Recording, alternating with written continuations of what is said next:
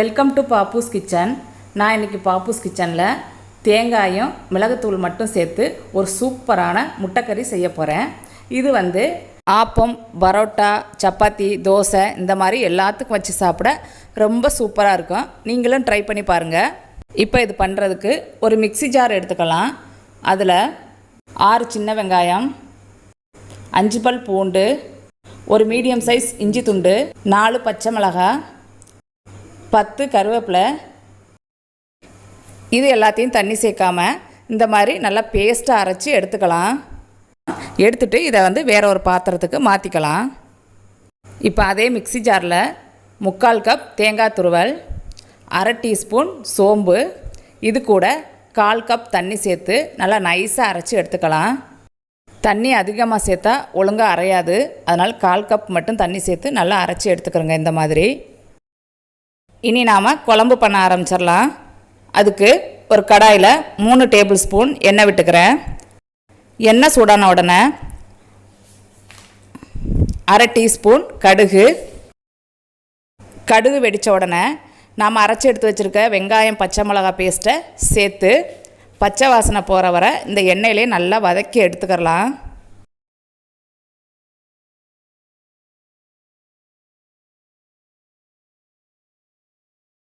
இதெல்லாம் நல்லா வதங்கின பின்னாடி 2 மீடியம் சைஸ் வெங்காயம் கட் பண்ணி எடுத்து வச்சுருக்கேன், அதையும் சேர்த்துக்கலாம்.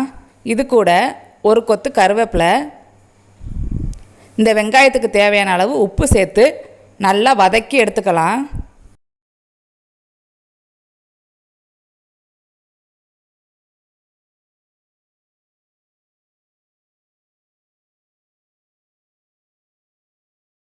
வெங்காயம் நல்லா வதங்கிருச்சு. இப்போது 1 டேபிள் ஸ்பூன் மிளகுத்தூள் சேர்த்துக்கிறேன். உங்களுக்கு காரம் அதிகமாக வேணும்னா 1/2 டேபிள் ஸ்பூன் சேர்த்துக்கிறேங்க. 1/4 டீஸ்பூன் மஞ்சள் தூள் சேர்த்து 1 நிமிஷம் எண்ணெயிலேயே நல்லா வதக்கி எடுத்துக்கலாம்.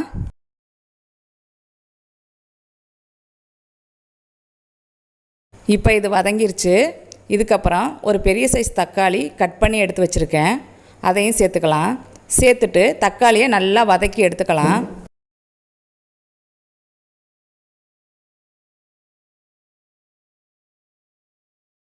தக்காளி நல்லா குலைவாக வந்துருச்சு. இப்போ இதுக்கு தேவையான அளவு தண்ணி சேர்த்துக்கலாம். அதுக்கு நான் 1 கப் தண்ணி சேர்த்துக்கிறேன். தண்ணி சேர்த்து இதை ஒரு தடவை நல்லா கலந்து விட்டுக்கலாம். கலந்து விட்டாச்சு.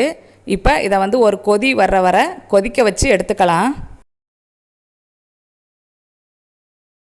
குழம்பு கொதிச்சிருச்சு. இப்போ நாம் அரைச்சி வச்சுருக்க தேங்காய் பேஸ்ட்டை சேர்த்துக்கலாம். சேர்த்துட்டு லைட்டாக கலக்கி விட்டுறலாம். தேங்காய் சேர்த்த உடனே அடுப்பு லோ ஃப்ளேமில் இருக்கட்டும். கலந்து விட்ட பின்னாடி நான் 1 கப் தண்ணி சேர்த்துக்கிறேன். உங்களுக்கு குழம்பு கெட்டியாக வேணும் அப்படின்னா 1/2 கப் தண்ணி சேர்த்துக்குங்க. நான் 1 கப் தண்ணி சேர்த்து லைட்டாக கலக்கி விட்டுறேன். கலக்கி விட்டுட்டு உப்பு கரெக்டாக இருக்குதான்னு பார்த்துக்கோங்க. பார்த்துட்டு தேவையான அளவு உப்பு சேர்த்துக்கலாம். சேர்த்துட்டு லைட்டாக கலந்து விட்டுட்டு ஒரு 3லேருந்து 4 நிமிஷம் லோ ஃப்ளேமில் இந்த குழம்ப வேக வச்சு எடுத்துக்கலாம். இப்போ குழம்பு ரெடி ஆயிடுச்சு. 5 முட்டை வேக வச்சு 2 கட் பண்ணி எடுத்து வச்சுருக்கேன். இப்போ இந்த முட்டையை இந்த குழம்புல சேர்த்துக்கலாம்.